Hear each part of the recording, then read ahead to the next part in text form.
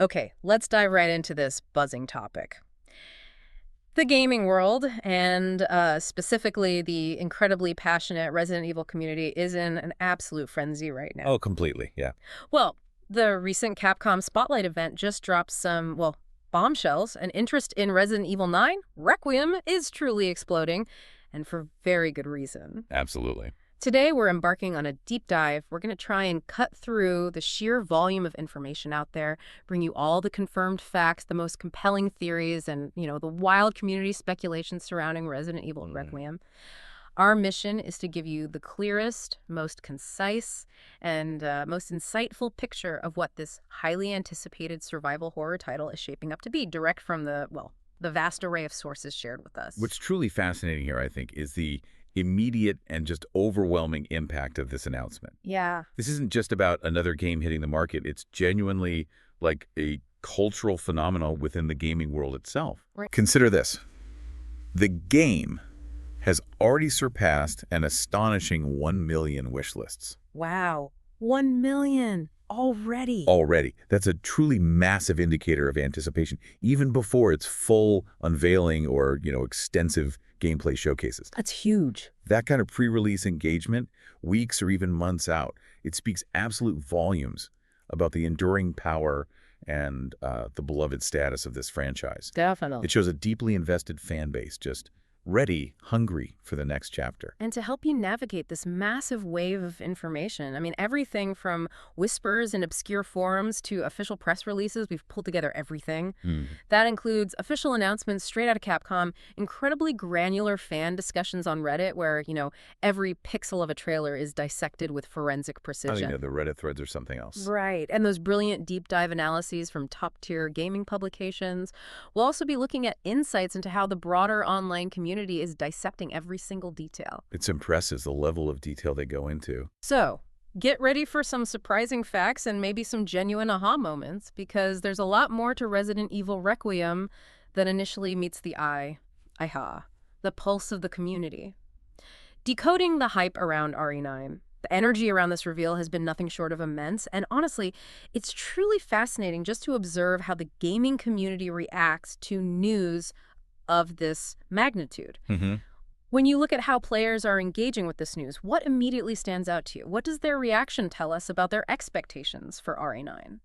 Well, if we connect this to the bigger picture, how information spreads and hype builds in the digital age, Yeah. the types of content that are dominating platforms like YouTube really speak volumes about what the audience desires most from this game Okay. Like what? and how they want to consume information about it. Yeah. First off, we're seeing an explosion of live reaction content. Ah, yes, the reaction videos. Exactly. This isn't just about getting the information. It's about sharing raw, genuine emotional responses to new footage in real time. Right, that shared experience. Precisely. This format captures the immediate, visceral impact of a reveal, allowing viewers to experience the excitement, the dread, or even the shock in a shared communal way. It's almost as if they're watching it with a group of friends, Yeah. building a collective memory around the reveal. Yeah, I get that. This authenticity and immediacy is key to its appeal, I think. Makes sense. What else? Beyond those initial visceral reactions, there's a huge, almost insatiable appetite for meticulous, in-depth analysis. Breakdowns. Breakdowns. We're talking about frame-by-frame breakdowns of trailers where fans and content creators pore over every single detail, zooming in on textures, pausing on fleeting shadows, Looking for anything. anything, looking for the smallest clues, hidden lore connections, trying to decipher potential gameplay mechanics.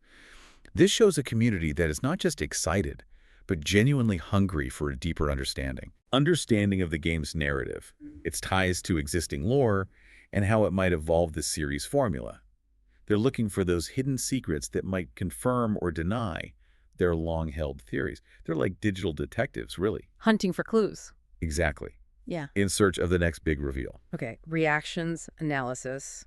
What's the third big trend? And perhaps most tellingly, any footage of the game in action, even the shortest gameplay clips, receives the highest engagement across all platforms. Ah, the gameplay. That makes sense. Yeah. This clearly indicates a strong audience desire to see the core mechanics, how the game plays, and to gauge the level of fear and immersion firsthand. They want to see it running. People want to see the game in motion, not just static images or, conceptual trailers. They want to know what it feels like to play, to control the protagonist, and to experience the horror elements firsthand. Right. Does it look scary? Does it play well? Exactly. It's the ultimate validation of the game's promise, proving that the vision can translate into a compelling interactive experience.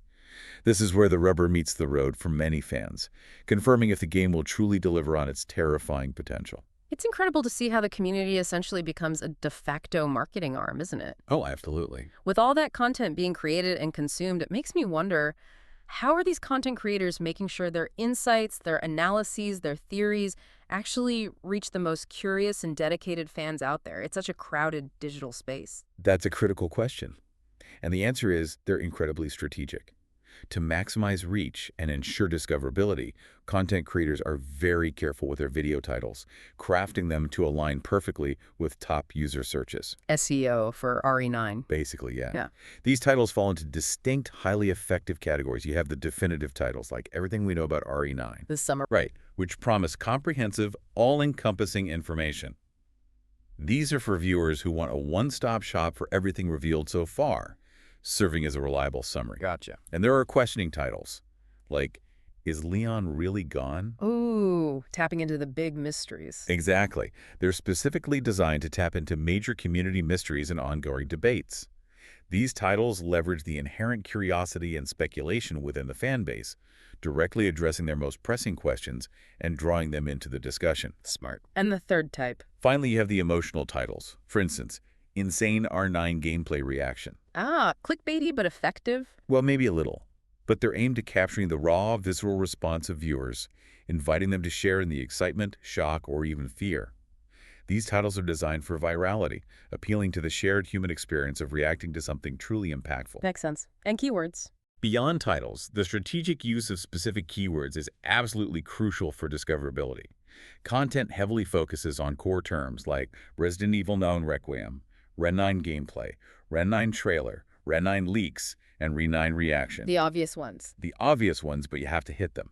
Additionally, incorporating specific character names like Leon and Grace Ashcroft and event tags like Capcom Spotlight ensures their videos pop up in relevant search results and discussions, hitting that massive, engaged audience directly. It's all about discoverability. This meticulous attention to detail transforms mere curiosity into tangible viewership.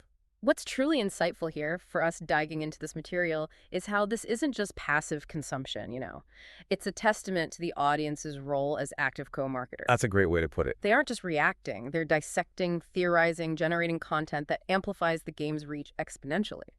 It proves that genuine passion is perhaps the most potent marketing tool in the digital age. It really is.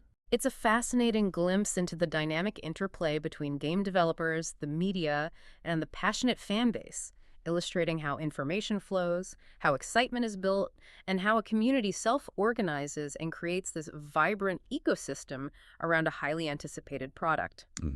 It really makes you wonder what other hidden engines of engagement we've been missing in plain sight. 2. The basics. What, when, and where of Resident Evil Requiem. Now, after diving into the roaring hype and the community's pulse, it's time to ground ourselves a bit. Yeah. Let's peel back the layers of speculation and lay out the bedrock facts about Resident Evil Requiem. Okay. What's truly confirmed? When can we get our hands on it? And perhaps most crucially, where in this terrifying world will Grace's nightmare actually unfold? All right, the official confirmation is out there, plain as day. The game is indeed titled Resident Evil Requiem. And for our friends in Japan, it's known as Biohazard Requiem, as usual. Right. Most of the community, though, is simply referring to it as Resident Evil 9 or RE9. Requiem for brevity. Makes sense. RE9, Requiem, got it. Release date. Yeah. Platforms. It's set to launch on February 27, 2026. So still a ways off, but a firm date. February 27, 2026. Okay.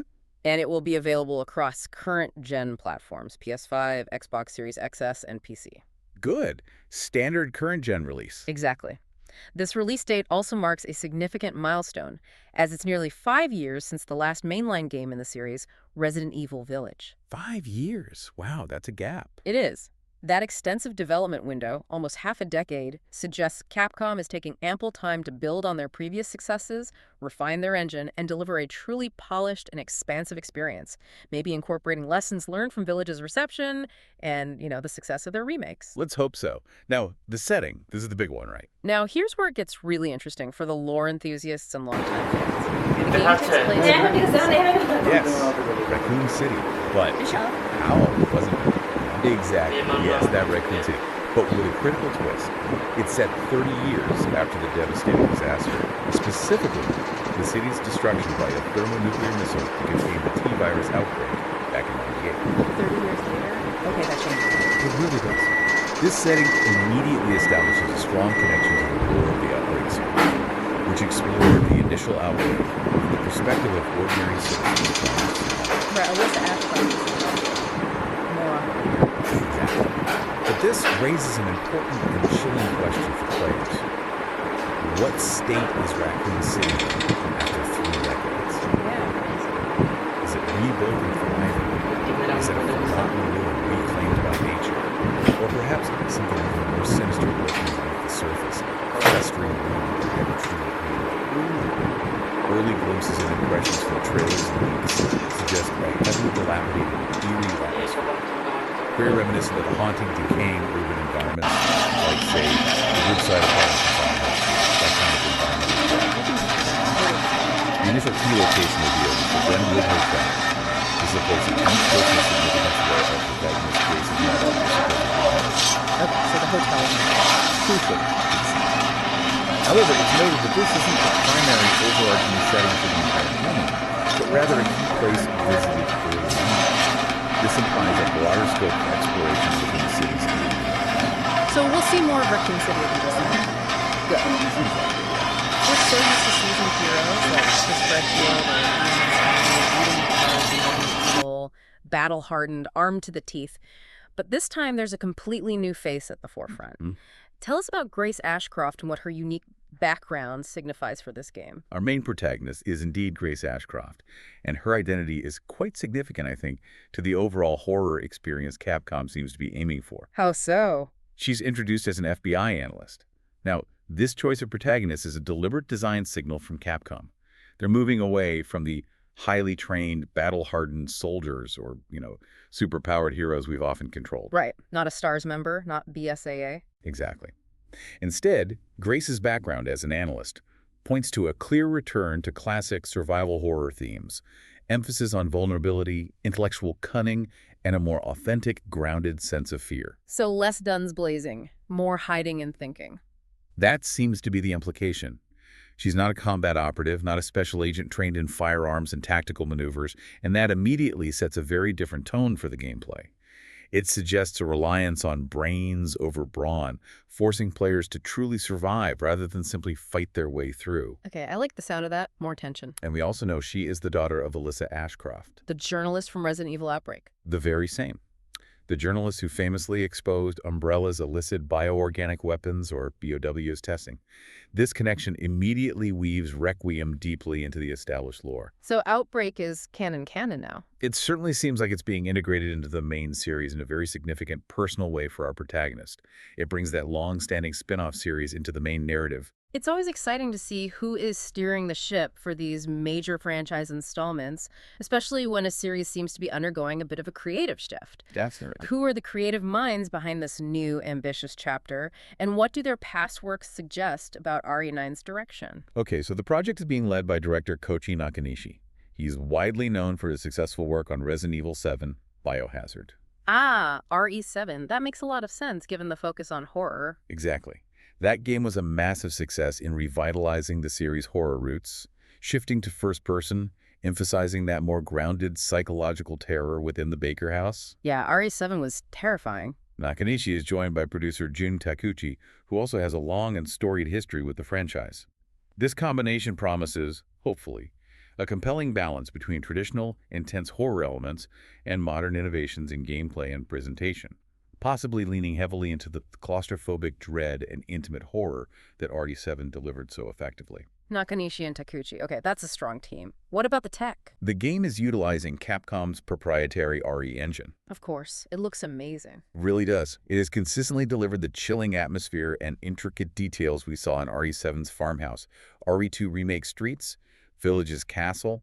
It's renowned for its exquisite lighting, detailed character models, superb environmental rendering, all crucial for delivering authentic dread. Right. And apparently, with technical advancements specifically made for other recent graphically impressive titles like Dragon's Dogma 2. Oh, interesting. What does that mean for RE9? Well, Dragon's Dogma 2 is known for its expansive, detailed world and complex AI. So we can expect an even higher fidelity in the rendering of fear for RE9. This could manifest in more realistic gore, unsettling character animations, atmospheric effects, pushing the boundaries of photorealistic horror to a new terrifying level, making every encounter feel disturbingly real. Photorealistic horror. Chills. Now, from the sounds of it, RE9 didn't have a completely smooth ride to get here. Seems not. It seems like the development process itself had a bit of a journey, with rumors of a significant overhaul. What do we know about this reset, and what impact might it have had on the final product? Indeed. Leaks from reputable insiders suggest that Resident Evil 9 underwent a pretty heavy reboot back in 2021.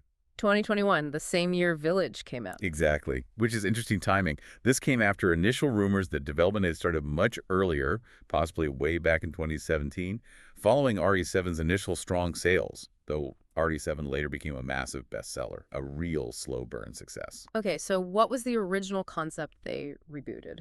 What's particularly noteworthy are the early concepts for RE9 that were reportedly scrapped. These concepts included, apparently, a big open-world multiplayer game. Open-world RE multiplayer. Starring who? Starring fan-favorite characters Jill Valentine and Leon S. Kennedy. Jill and Leon, wow. Yeah. It was even rumored to be set on a strange, supernatural-tinged island inhabited by a creepy cult, and potentially featuring a co-op focus similar to Resident Evil 5. That sounds radically different, like a completely different game. It really does, a massive departure for the series.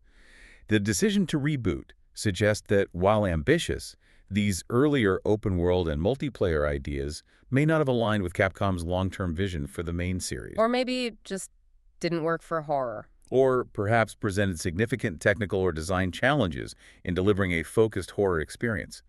However, these fully open-world rumors have apparently been put to bed with the reset. Okay, so no massive GTA-style Raccoon City then. Probably not. Which means we likely won't be navigating a sprawling, unconstrained map. That said, a hybrid design combining open and linear sections, much like what we saw in Village with its hub leading to contained areas, or the RE4 remake with its blend of open areas and directed sequences, is still very much a possibility. Right, like semi-open zones. Exactly.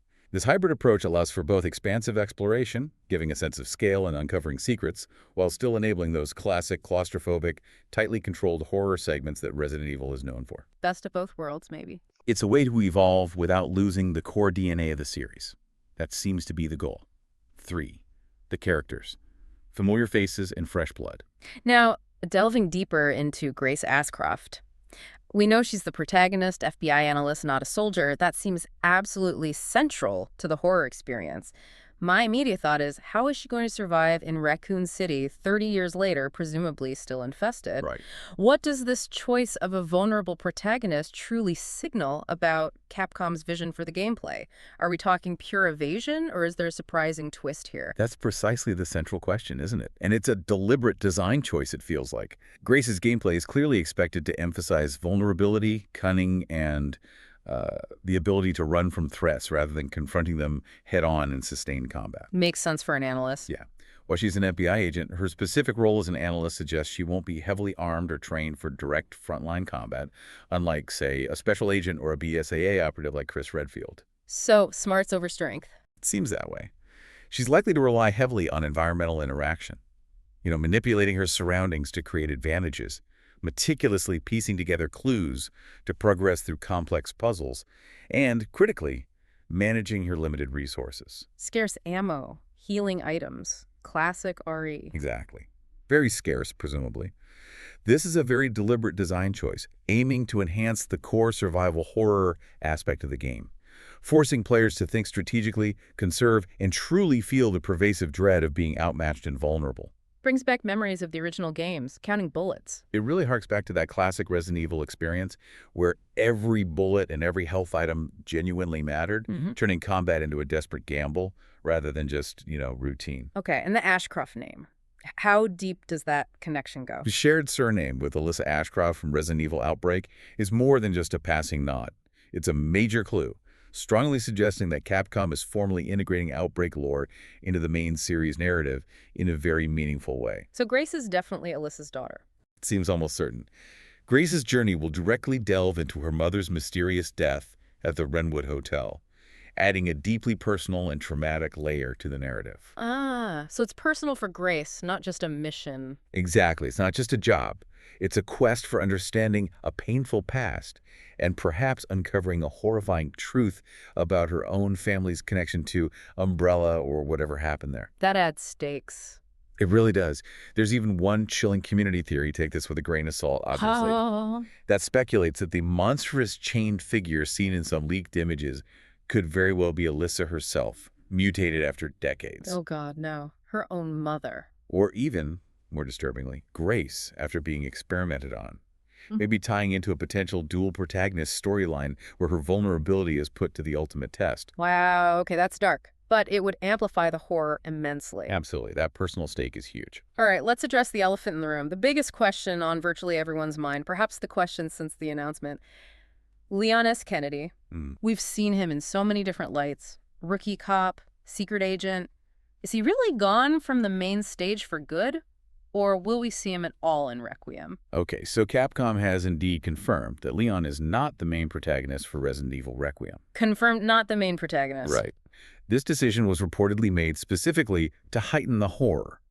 As a character with Leon's extensive experience in combat capability, having faced everything from zombies to Las Plagas to, everything. He's seen it all. He doesn't scare easily, as the leaks put it, making it challenging to invoke the desired sense of vulnerability and dread necessary for Grace's story. Okay, that reasoning makes sense for a horror focus, but does that mean he's not in it at all? No, absolutely not. This does not rule out a significant supporting role. Community leaks and discussions are rife with speculation that Leon will still appear. How? Perhaps as a 48-year-old veteran Leon. Veteran Leon. I like the sound of that. Wiser, maybe more grizzled. Exactly. Adding a sense of gravitas, wisdom, and experience to the narrative. Some sources even suggest he might be the second playable character in the game. Ah, playable Leon. Possibly. Described as being much more combat-focused, coming in fully loaded with weapons. Okay, that would be interesting. A total contrast to Grace. It would offer a fascinating contrast to Grace's more vulnerable, resource management-focused gameplay, wouldn't it?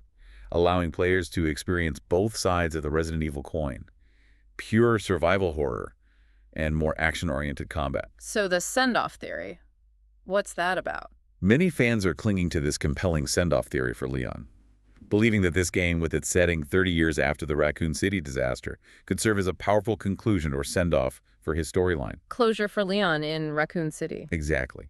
It could provide a sense of closure to his long, tumultuous journey, especially if he returns to the very city that irrevocably changed his life all those years ago. Fans would love that, I bet. There's a strong vocal desire from fans to see him return, even if it's not as the primary lead. Possibly even alongside Jill Valentine, maybe, to collectively put the horrors of Raccoon City behind them. Leon and Jill back together, that'd be huge. It would bring a massive arc full circle, offering a poignant end to a beloved character's narrative within the original Raccoon City saga, allowing new stories to fully emerge. And what about the other iconic familiar faces we've come to know and love? Chris Redfield, Jill Valentine, Ada Wong. Will we be seeing them make an appearance in Requiem? It feels strange to think of a major Resident Evil title without at least one or two of them. Yeah, it does feel a bit strange. But as of now, there's currently no official news on the return of other legacy characters like Chris, Jill, or Ada in Resident Evil Requiem. Nothing official, so pure speculation territory. Pretty much. Their absence from the initial reveals could be a significant plot point in itself, maybe setting up future narrative developments. Or perhaps their roles are reserved for future DLC that could expand the story beyond Grace's initial journey. DLC is always a possibility. What are fans hoping for? Fans are particularly keen on Jill's return. She hasn't been a main playable character in a numbered entry for such a long time, despite her undeniable connection to Raccoon City and the T-Virus outbreak. Many feel her story arc deserves further exploration. Yeah, Jill needs another starring role. What about Chris? Chris's involvement is also a point of considerable debate within the community. While some link him to the ongoing BSAA storyline from Village, eager to see him confront the organization's dark turn. Right, the rogue BSAA angle. Others feel his established one-man army status might diminish the psychological horror and vulnerability Capcom is aiming for with Grace. Does boulder-punching Chris fit in a game focused on dread? That's a fair point. He's almost too capable for pure horror now. Maybe. The idea of a dual protagonist system, though, with a vulnerable Grace and a heavily armed familiar character, keeps these discussions alive and provides fertile ground for speculation. So maybe Chris could work as that second character. Or someone else. Someone else is possible, too. Some even mention Barry Burton. Barry. Jill's sandwich, Barry. The one and only. Known for his signature magnum and weapon expertise, he could be a strong possibility for the well-armed character. His long history with the series and his more grounded, relatable persona could offer a refreshing contrast to Leon or Chris. Barry would be amazing. I'd love that. Ultimately, Capcom seems to be holding their cards close on these legacy characters. Perhaps to maximize the impact of any potential reveal, or maybe to truly allow Grace Ashcroft's story to take center stage without overshadowing it with overwhelming nostalgia. We'll have to wait and see on that front then. A new sense of dread, old-school roots. Okay, let's talk gameplay mechanics. A major reveal that has everyone talking, and rightfully so, is the ability to switch perspectives on the fly. The perspective switching. Player switchable first and third-person views. How will this innovative feature impact the overall experience of Resident Evil Requiem? This is a monumental shift from previous titles that usually commit to one or the other. It really is a monumental shift for the series. A clear response to player feedback, I think, and a smart move for replayability. The game will indeed feature player-switchable first- and third-person views. And crucially, it's built in from the start this time, not like the Village update. Exactly. Crucially, this isn't a tacked-on feature like it was with Village's post-launch edition of a third-person mode. Instead, it's built into the game from the ground up. So both should feel good. Polished. That's the hope. Meaning both perspectives should feel incredibly polished, fluid, and equally viable without any clunkiness or compromise. This flexibility allows for highly customized experiences, catering directly to different player preferences. You can play it like RE7 or like RE2 Remake. Pretty much. Some players crave the deep, claustrophobic immersion of first person, putting them directly in the character's shoes, feeling every jump scare and every terrifying breath. Others prefer the more strategic, over-the-shoulder view of third person, which offers better situational awareness and a more traditional action horror feel, like RE2 and 4. Does it change gameplay beyond just the view? It could. Beyond player preference, this dual perspective could also be used dynamically by the game itself to change tension. Oh, how? For instance, the game might force you into a first-person perspective during key, intensely horrifying sequences.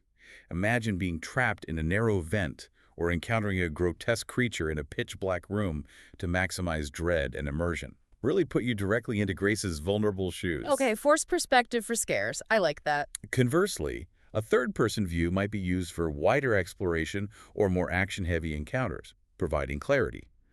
The stated goal from Capcom is to give players the choice between the Resident Evil 2 and 4 vibe with the over-the-shoulder third-person camera. Better aiming, movement. Right, allowing for more precise aiming and movement, or the claustrophobic immersive Baker House style of Resident Evil 7 with first-person, which excels at psychological horror and jump scares. So trying to capture the best of both worlds. Exactly. Appealing to the diverse preferences within the fan base and ensuring a truly versatile horror experience. No Resident Evil game is truly complete without a terrifying, persistent threat stalking your every move.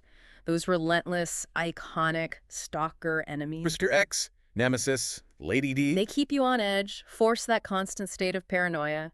What do we know about this new one in Requiem, and what are the community theories swirling around its identity? Every fan has their favorite stalker moment. A new, relentless stalker-type enemy designed to evoke the same constant pressure and palpable dread as Mr. X from RE2 or Lady Dimitrescu from Village is indeed confirmed for Resident Evil Requiem. Confirmed. Good. Or bad, I guess, for poor Grace. Right.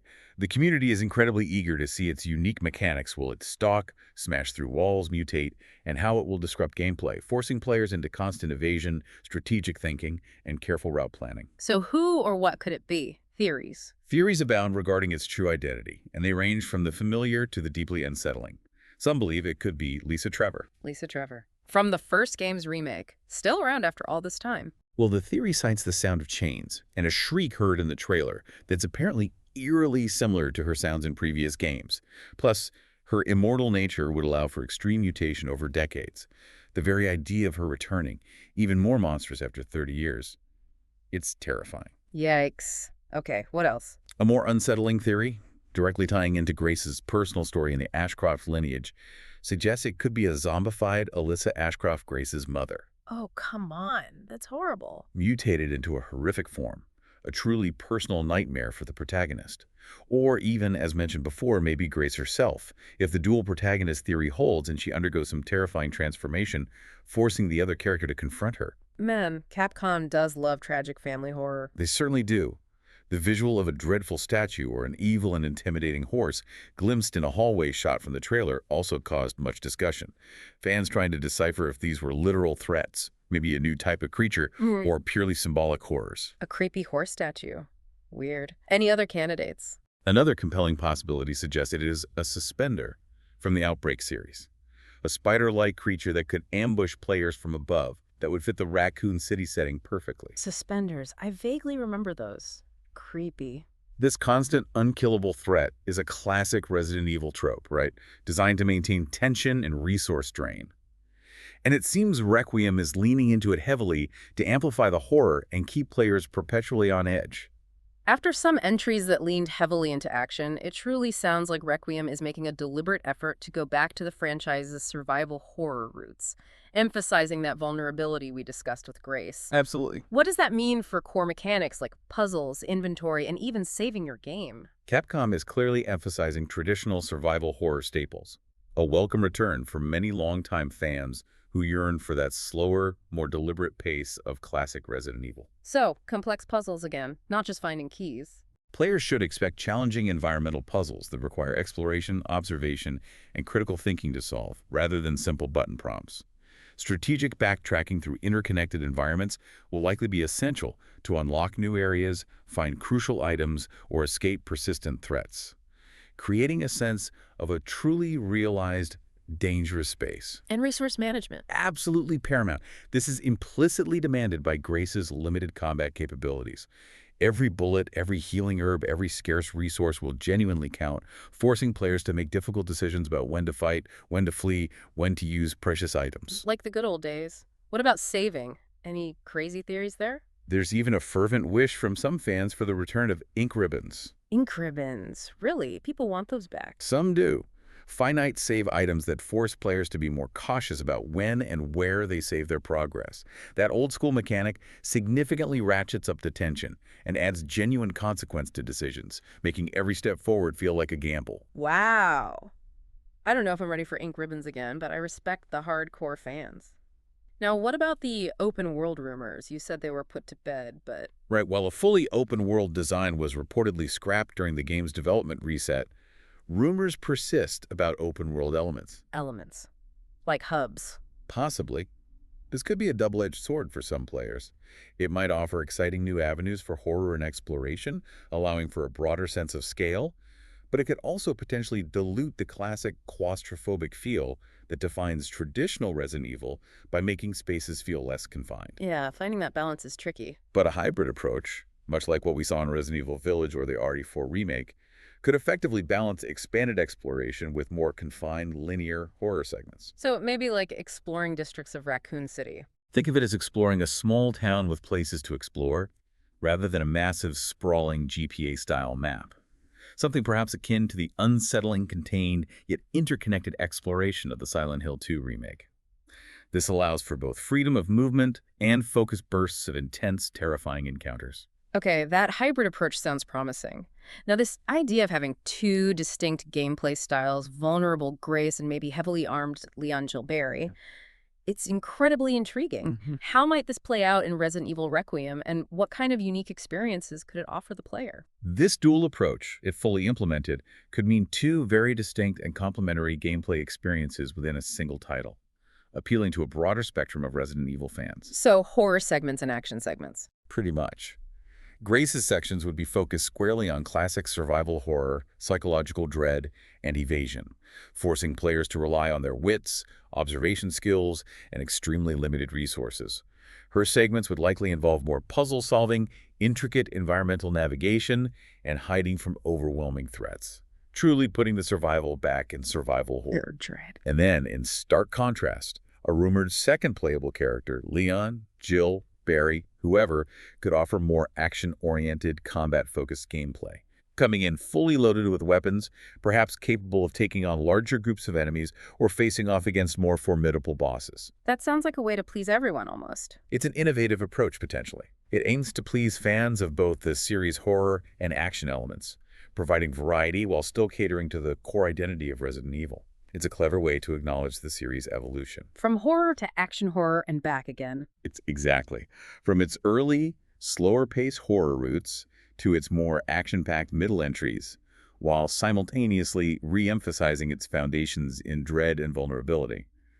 Players might find themselves forced to switch between these styles, or perhaps choose which character to play for specific segments, Experiencing Raccoon City from vastly different perspectives. each with its own unique challenges and thrills. It offers a fresh take on player agency within the narrative and truly broadens the gameplay palette. V mysteries and theories. The lore deepens. Okay, shifting gears a bit to the deeper lore and mysteries. The trailer for Resident Evil Requiem introduced a mysterious hooded figure, shrouded in shadow, very intriguing. Very classic mysterious villain trope. This character immediately screamed main antagonist to me. Who could this enigmatic character possibly be, and what role might they play in the unfolding narrative, especially given the game's ties to Raccoon City's past? You're absolutely right. This hooded figure is widely speculated to be the main antagonist of Resident Evil Requiem, a central force of evil driving the horrors in Raccoon City. So who's the top suspect? Theories range quite a bit, from them being a new Wesker-type villain, a new superpowered human with a twisted agenda, to maybe a mutated known character from the series past, someone returning in a horrifying new form. Wesker again. Or someone new like him. Possibly. But there's a particularly strong and compelling theory, one that ties deeply into the broader Resident Evil lore. Ooh, do tell. It identifies this figure as Brandon Bailey. Brandon Bailey rings a faint bell. Where is he from? For those unfamiliar, Bailey is a character previously mentioned in the lore of both Resident Evil 5 and Resident Evil 7. He was a key Umbrella researcher and a genius bioengineer. Okay, Umbrella connection and RE7. Yes, he has strong, undeniable connections to Oswald E. Spencer, one of Umbrella's enigmatic founders, and also to the secret, morally ambiguous organization known as the Connections. Ah, the Connections. From the Baker incident and Village. Exactly, the ones playing with the mold. If Brandon Bailey is indeed the hooded figure, it would organically tie Requiem into more recent lore, expanding on unanswered questions from the Winter Saga, while simultaneously bridging back to Umbrella's original sins. That makes a lot of sense, connecting the old and new eras. His connection to Spencer suggests a deep understanding of Umbrella's original bioweapon programs and potentially access to even older, more dangerous research left behind in Raccoon City. This makes him a truly compelling villain, not as a monster, but someone with a profound, terrifying understanding of the series' core threats, capable of manipulating them for his own nefarious goals. So he could be behind whatever's happening in Raccoon City. He could be orchestrating the outbreak, perhaps even harvesting the remnants of the disaster for a grander, more sinister purpose that could threaten the entire world once more. Very plausible. Okay, Brandon Bailey. Keep an eye on that name. Now, the title itself, Requiem, it's loaded with symbolism, isn't it? Oh, absolutely. It's not a common choice for a video game title, especially for a series like Resident Evil, which usually goes for more direct, ominous names like Village or Biohazard. What does Requiem truly signify in this context? What deep meanings might Capcom be hinting at? A requiem is, at its core, a mass for the dead, right? A solemn ceremony or musical composition for the repose of departed souls. Right. In the context of Resident Evil Requiem, this title carries profound, multiple layers of meaning, I think. It could symbolize a final, poignant farewell to the countless victims of Raccoon City, acknowledging the devastating events that occurred there 30 years prior, finally giving them a moment of solemn remembrance within the narrative. A mass for Raccoon City, that's powerful. More broadly, it could signify the end of an era, for the ongoing Resident Evil narrative, providing a conclusive chapter to many long-standing plot lines that have spanned decades. The end of an era, like closing the book on certain stories. Possibly. Provocatively, some speculate it could even foreshadow the death, either literal or metaphorical, of a beloved legacy character, marking a definitive end to their journey within the series. Perhaps Leon or Jill, like we discussed with the send-off theory. The death of Leon. Wow, that's a bold implication for a title. It is. And this ties into a larger leak suggesting that Resident Evil 9 will tie the knot on the entire 30-year Resident Evil franchise story that began all the way back in the Spencer Mansion with the first game. Tie the knot on the whole 30-year story. That's huge. It implies that Requiem aims to bring a grand narrative arc, a saga of corporate conspiracy, biological horror, human resilience to a powerful, perhaps definitive close. It's an incredibly ambitious title choice, hinting at finality and closure for a franchise known for its sprawling, often interconnected lore. So not just another sequel, but a potential conclusion to the saga started in '96. It suggests a game that isn't just a new chapter, but a climactic volume designed to provide answers and perhaps even a sense of resolution to threads that have been dangling for decades. Okay, that raises the stakes significantly. Beyond the immediate story of Grace Ashcroft and Raccoon City, how might Resident Evil Requiem tie into the broader Resident Evil universe, potentially resolving some of its most enduring mysteries and continuing unresolved plot lines? Yeah, the lore is incredibly dense, isn't it? So many loose ends. For sure. This raises an important question for the franchise's overarching narrative. The game seems poised to delve into several significant unresolved plot lines, hopefully offering satisfying answers for longtime fans. Like what? What are the big ones? One major enigma is the Connections. That shadowy organization introduced in RE7 and expanded upon in Village. Right, the group behind the mold. Eveline, the bakers. Exactly. This group was deeply interested in harvesting the mold to create bioweapons, and for illegal money laundering, leveraging horrific biological experiments for profit. Their involvement with the Baker family and Lucas Baker transmitting data to them left many unanswered questions about their true scope, leadership, and ultimate goals. We still don't really know who they are or what they ultimately wanted. Precisely. Resident Evil Requiem could finally resolve these, especially if Brandon Bailey, with his deep connections to Spencer and the Connections, is indeed involved as the main antagonist, maybe revealing the origins of the mold or its ultimate purpose. Okay, so Bailey could link Umbrella, Spencer, and the Connections. Got it. What else? Another crucial thread Resident Evil 9 could address is the implied downfall of the BSAA. The Bioterrorism Security Assessment Alliance, Chris's old group. Right.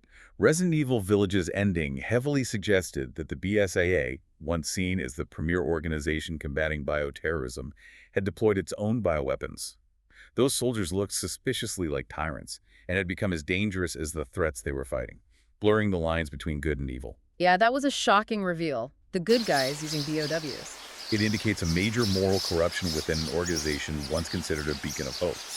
Resident Evil 9 could directly confront this, potentially linking to Chris Redfield's ongoing investigations and his decision at the end of Village to no longer work with them, heading towards BSAA Europe HQ. So we might see the fallout of Chris confronting the BSAA. It would add a powerful layer of ethical complexity to the narrative, forcing players to question who the real monsters are. A significant shift for the series' morality. Absolutely. And finally, the virus itself, Raccoon City, 30 years later. Finally, yeah, given the setting 30 years after the Raccoon City disaster, the implications for the T-virus are profound and terrifying. Did it survive the nuke? Did it change? It's almost guaranteed that something survived the bombing and the subsequent cleanup. Whether hidden in forgotten underground facilities or festering in the city's ruins, the virus could have survived and mutated over decades, adapting to its environment. Mutated T-virus.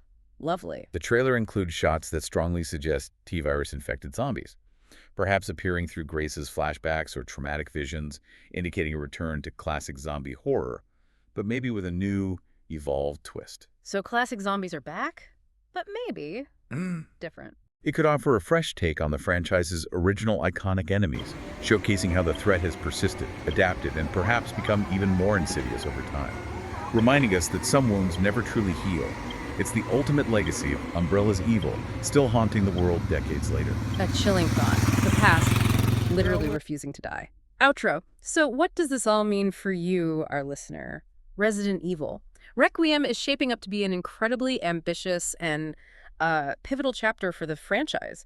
It's aiming to deliver something truly special while honoring its profound, complex legacy. It's clear Capcom is pulling out all the stops here. It really seems like it. It promises to expertly blend the deep nostalgia and rich lore of returning to Raccoon City, a place synonymous with Resident Evil's origins, with bold innovations. Like the introduction of a completely new protagonist in Grace Ashcroft, the flexible gameplay perspectives that let you choose how you experience the terror, and a renewed, profound commitment to psychological horror. Capcom has stated their aim is to deliver cinematic high-stakes action alongside those signature spine-chilling horror elements, suggesting a balance that could redefine the series' direction once more, appealing to both longtime devotees and newcomers alike. The biggest questions for you, our listener, remain. How will Capcom truly balance the deeply personal horror of Grace Ashcroft's story, her vulnerability and analytical approach, with the potential action of a second, more combat-ready character? Will those two gameplay styles complement each other or clash? Exactly. And how definitively will Requiem truly tie up the sprawling 30-year narrative threads that began all the way back in the Spencer Mansion? Can it bring this epic saga to a satisfying, conclusive chapter without alienating fans who crave new mysteries? That's the multi-million-dollar question, isn't it? And this raises an important final thought for the entire franchise. In a series known for its constant evolution and reinvention, what does it truly mean for Resident Evil to offer a Requiem, a farewell to its own history, particularly to a location as iconic as Raccoon City and perhaps even certain long-standing characters? What does that farewell enable? Will this allow the franchise to truly reinvent itself for its next era, shedding the weight of its past? Or is it a poignant, powerful look back before moving into entirely uncharted, terrifying territory? Something for you to mull over as we all eagerly await February 2026.